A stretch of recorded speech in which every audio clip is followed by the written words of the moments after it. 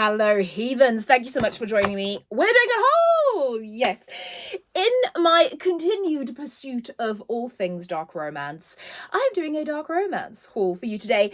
So I don't know if this is going to be posted before or after my February wrap-up, but in my February wrap-up, I mentioned that I have fallen down this rabbit hole. Hook, line, and sinker, right? I have fallen down it, and I have hauled quite a few dark romance books, and one of the projects I'm going to be working on for the next few months is I'm going to read 50 dark romance books, both well-known, a bit of backlist, new, indie, traditionally published. I will be talking about almost my TBR for that in a separate video, but obviously some of these books are going to be part of that TBR, so I'm sort of stocking up in order to read that. So I'm also going to liquor up. Caffeinate up. Oh god, coffee, the elixir of life. Right, let's talk about my haul. Okay, so I went to my friend Waterstones. I have some Amazon. I actually found one in a charity shop, which is fun. So let's start with my Waterstones haul. So the first one is Pen Douglas. So Penelope Douglas, this is Credence. This is supposed to be her kind of darkest, most messed up dark romance. It includes some taboo subjects, which I believe we're talking siblings or step siblings. And there's 3 of them in a remote cabin in the woods. I'm very excited to read this. I read Punk 57 many years ago. I don't know if I read it when it first came out, but it was a number of years ago. I'm currently reading the Devil's Night series. We will talk about it. We will talk. I'm kind of obsessed with Pen Douglas, so I had to get this one. And like I said, I believe from watching other fabulous dark romance YouTubers that this one is the darkest. So also, side note, I'm going to be doing a project to read the most taboo and darkest of the dark, so watch out for that as well, because I like a dark. Moving on. Speaking of liking a dark, this is God of Malice. This is Rena Kent. This is getting a lot of hype at the moment, this series. I believe the whole series was actually indie published already, and I can see this is kind of either coming out as we speak or out already. This is the first book, so I treated myself to a little trip to Waterstones Piccadilly in London. And if you've ever been, if you're a book nerd and you like a bookstore, please treat yourself, and you're in London, to Waterstones in Piccadilly. It is, I could live there, or when I die, just scatter my ashes in there, please. It is magnificent. But they had they really have gone to town on kind of a romance section, and particularly they've been focusing on the dark romance because they've obviously really picked up that it's become quite popular.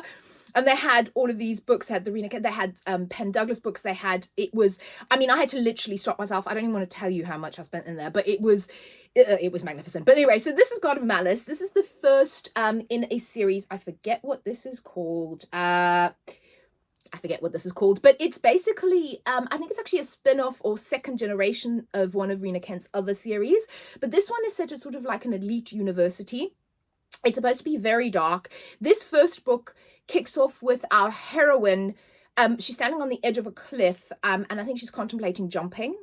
And our hero says to her, instead of don't jump, says, if you're going to do it, could you do it because I want to photograph you? And there may be some essay in the beginning of this as well. So please, with all of these, please check trigger warnings. I feel like I need to say that ahead of all of my videos from now on, but if you're sensitive, I do not check trigger warnings, so I can't tell you before I've read the book, but please, if you need to, check them. But apparently this book is really dark, the whole series is, and I love kind of secret society, university, a bit like Corrupt. It's that kind of vibe, I believe. Then we've got Little Stranger. So this is by Lee River. Now, Lee Rivers.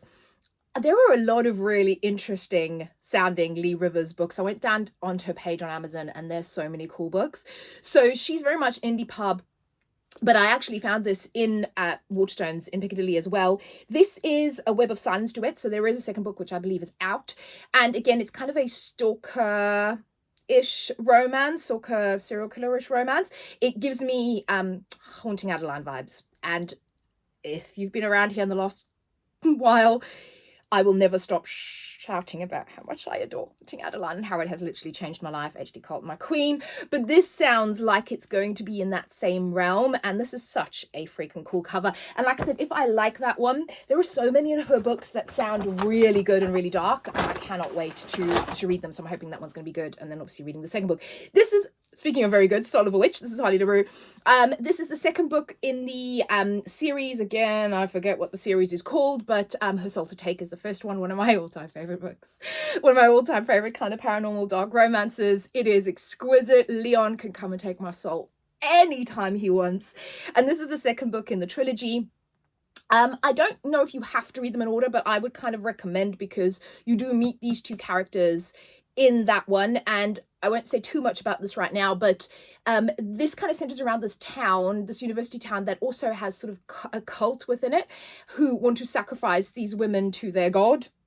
Yeah, batshit crazy. And this story focuses on the very first victim of that cult. She kind of got away, and she's seeking revenge with her demon boyfriend.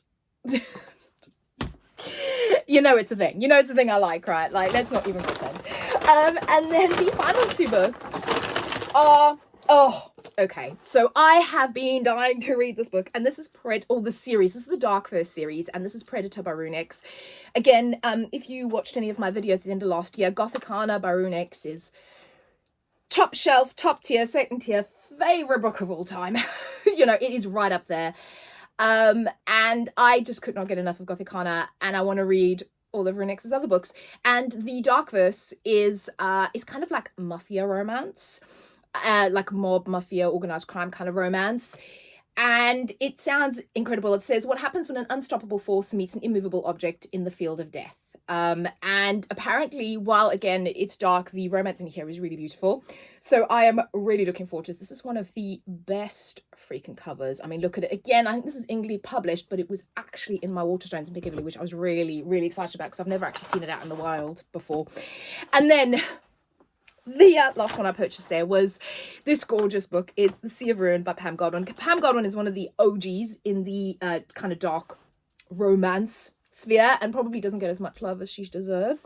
This one is, I believe, our main character is a kick-ass badass pirate, but she then gets captured by a really bad, worse pirate who subjects her to some not such nice things, and I believe it's their romance. This is being billed as being very, very dark. Pam Godwin is not light or fluffy in any way. I mean, it's a stunning kind of cover, but also I'm kind of obsessed with pirate kind of dark romance as well, or anything set in the seas.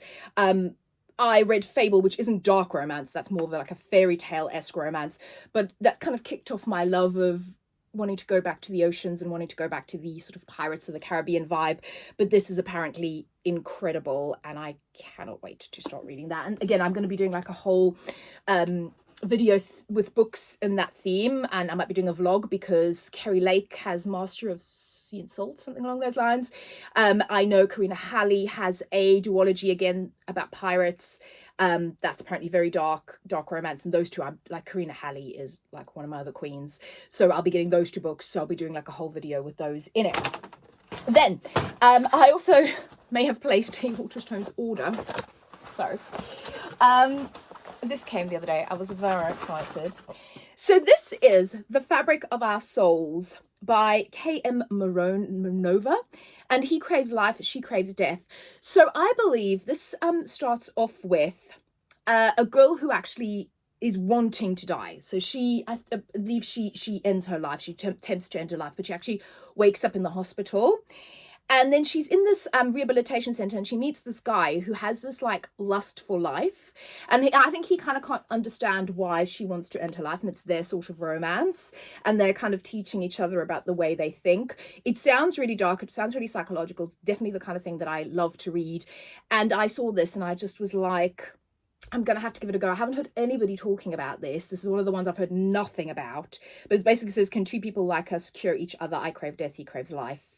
I just think it sounds, I mean, certainly on paper, it sounds fantastic. And then this one, again, I've been meaning to buy this for ages, and I sort of treated myself to this. So this, again, is the lovely J. Rose. This is The Blackwood Institute, the complete trilogy.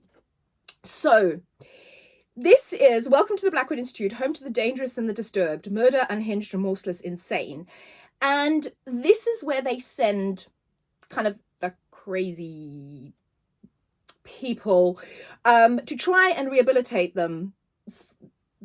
But yeah, apparently it's not. 4 broken filler patients are determined to derail their plans. So they're kind of in this institute, and shit hits the fan, and it's apparently quite dark. The characters are quite dark, although it's supposed to be like a found family sort of vibe between them. But these are sort of very depraved, very unhinged, very, very, very morally black characters.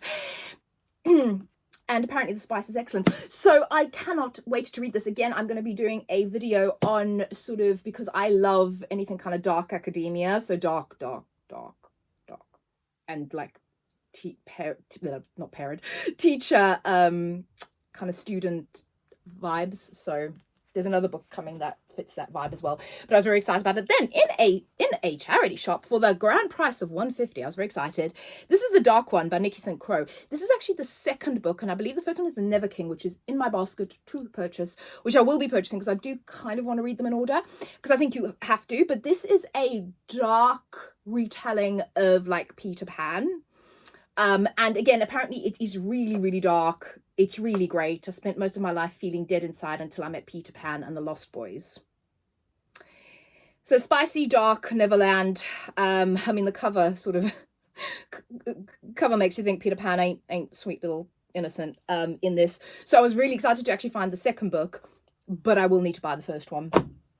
Then these two, we've got what's this? Highest Bidder and Praise. These are by Sarah Kate. This is part of, like, they're part of an interconnected universe. I've heard quite a few people talk about this one, Praise. These are very spicy, kind of dark romance books around this kind of club. So I believe Highest Bidder is this club that they go to. He's not just rich, he's filthy rich. So it's kind of like a spicy, salacious players club. That's the club itself. And in this first one, Daisy Bennett started working at the Salacious Player Club. She never expected to end up on the auction block, ready to grant a date to the highest bidder. So this is all very spicy, very taboo. Yeah, it's about different couples that meet around in and around the Salacious Players Club. I think there's quite a few of these, but these are the two that I managed to pick up, and I shall start reading. I believe this is the first one, and we shall see how I feel about these. Then the next one.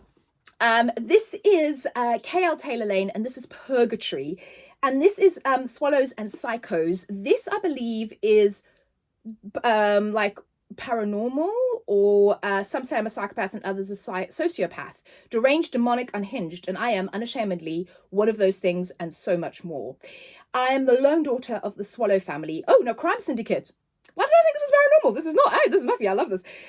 A bloodied, violent queen beginning from a throne of bone and ash, hands and soul bathed in crimson. The one thing I'm not, though, crazy, or so I thought. So, again, I support women's wrongs. Very much. Very much. I love the idea that she's kind of the mafia queen as opposed to it usually being the men. It just sounded so damn cool, and I loved the cover of this book. Again, this is the first one. There is a second one, but I did kind of not want to do the thing, because I promised myself I wouldn't, where I buy an entire series before I even know whether I like it. But this does sound incredible. Speaking of that, and buying an entire series, The Ritual by Chantal Tessier. I've been told rather reliably, again, by some fabulous YouTubers, that Chantal Tessier writes some of the darkest, blackest, morally blackest characters, and I am here for it. She is to serve and obey him. He will protect and own her. So this is a little bit, again, like you've got that corrupt feeling, that like corrupt Penn Douglas, where, or even God of Malice, where you have these guys that are basically like, they're wealthy, they run things, they have these like private club where, you know, shit goes down.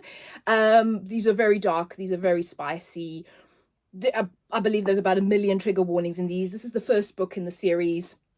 The men do all sorts of things. I think they have to kill and like do all sorts of horrible things, and the women are kind of given to them as gifts within this club. So, you know, this is dark. And like I said, I've been told that Chantal Tessier read some of the darkest, and again, I've read a load of her, like, on her page. Oh, the books all sound incredible, but I had to like stop myself from hitting buy on all of them. I was like, right, I'm gonna read this one, see if I like it. And yeah, this is the first in the series. Apparently these are more interconnected, so you can jump all over the place, but it is recommended you read it in sequence, which I shall do, since I've got the first one. Then I've got another Amazon order here, and I don't remember. Oh, now I know what it is. So I was talking about Pam Godwin, the Queen, and I got this. So this is Hills of Shiver and Shadows. This is supposed to be unbelievable. I've heard so many people talk about this. It's very dark. Abducted and taken to a remote cabin in Alaska, Frankie finds herself at the mercy of 4 feral men, each with their own dark secrets, twisted desires. With nowhere to run, she must rely on her wits to survive the harsh winter trapped with them. So this is apparently very dark, but very, very good. And Pam Godwin's writing is immaculate. Again, this is the first book. The reason I have a hardcover, bizarre story time.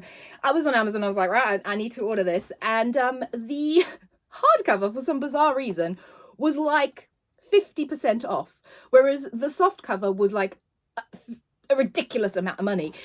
So I was like, awesome, give me the hardcover. I love it. It's beautiful. I'm very excited about this. I am hoping this first one is good. Again, if it is, I'll be continuing in that series. And then we have one more order, which I haven't opened yet. from my friends at Amazon. Oh, there's 2 books in here. I forgot about this. Oh, okay. Oh, I'm very excited. So this is Kid by Jasiah Hall.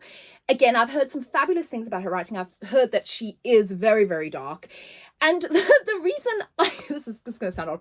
One of the reasons I decided to go, because there were a few on her page that I thought, that sounds incredible, I want to read all of them. But I decided to go with Kid, mainly because the main character, Johanna, is my full name. That is my actual name. And I was like, okay, well then I've got to buy the book. That was like a sign. So this is about, so Kid. Addiction is my weakness, a cruel temptress that follows me wherever I go, slowly dragging me down until I drown, until she shocks me up. Johanna, my life. So she kind of basically saves this main character, our main male character, Kid. And they have apparently a really messed up, chaotic love story. This is very dark. This has obviously got loads of themes of addiction. Again, trigger warnings galore. But they kind of, through all of this, the 2 of them are hanging on to each other, and it's their love story, and it sounds phenomenal. And like I said, I had to. And then this is a one that I have had in my basket for literal almost years, and I've kind of kept saying I'm going to buy it, I'm going to go buy it, and I finally have. This is Heartless Heathens by Santana Knox. Again, this is billed as one of the darkest of the dark. When you offered yourself to the devil willingly, you didn't need an invitation. And apparently this is kind of almost dystopian, where the church, like good and evil, are fighting against each other. And this girl kind of gets kidnapped by a headmaster of this sort of religious college. So again, it's for my video on the sort of kind of dark academia, dark romance. But apparently this is really dark. There's a lot of trigger warnings on it. It has one of the most fabulous covers, and I believe this is the first book in the series. So very excited about that. That's it. Let me know if you've read any of them, if you have any recommendations based on what I've been buying. And look forward to reading those and getting my take on some of those. And like I said, I'm been doing loads of videos. So if you like this kind of thing, stay tuned. I'll see you all soon. Bye.